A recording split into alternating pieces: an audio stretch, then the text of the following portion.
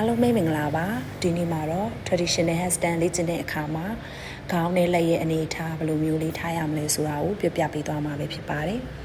ပထမအဦးဆုံးအဆင့်အနေနဲ့တထောင်နှစ်ဖက်ရဲ့အကွာအဝေးကိုလက်တစ်ပိုက်အကွာအဝေးလေးတိုင်းလိုက်ပါတယ်ပြီးသွားရင်တော့လက်လေးနှစ်ဖက်ရှေ့ကိုဆန့်ထုတ်လက်ချောင်းလေးတွေရှက်ထားရပါမယ်နော်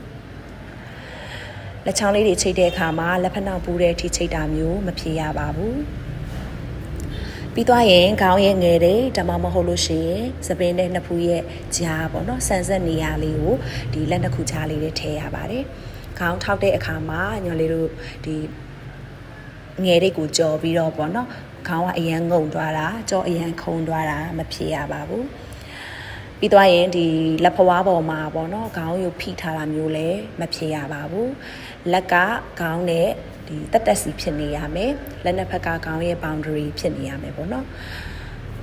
swing hairstyle လေးဆက်သွားဖို့အတွက်ဒီလိုမျိုးလမ်းလျှောက်တဲ့အခါမျိုးမှာလည်းသူကပေါ့နော်လမ်းလျှောက်လိုက်တိုင်းမှာတရောင်နှစ်ဖက်ကဘေးကိုကားသွားတာမျိုးဖြစ်တတ်တယ်ပေါ့နော်အဲ့တော့တရောင်နှစ်ဖက်ဘေးကိုလုံးဝမကားအောင်ညလေးတို့ဒီတရောင်မှာအားလေးစိုက်ထားပြီးတော့မှလမ်းလျှောက်ပြီးတော့မှ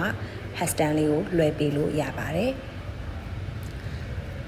အခုပြထားတာကတော့ညလေးတို့ traditional hairstyle လို့ခေါ်တယ်ပေါ့နော်တခြားဒီလက်ပုံစံမတူတဲ့ hairstyle တွေလည်းအများကြီးရှိပါသေးတယ်ပြီးသွားရင်တော့နောက်ဆုံးပိတ်မှာ chain pose လေးနဲ့အနာယူပေးပါနော်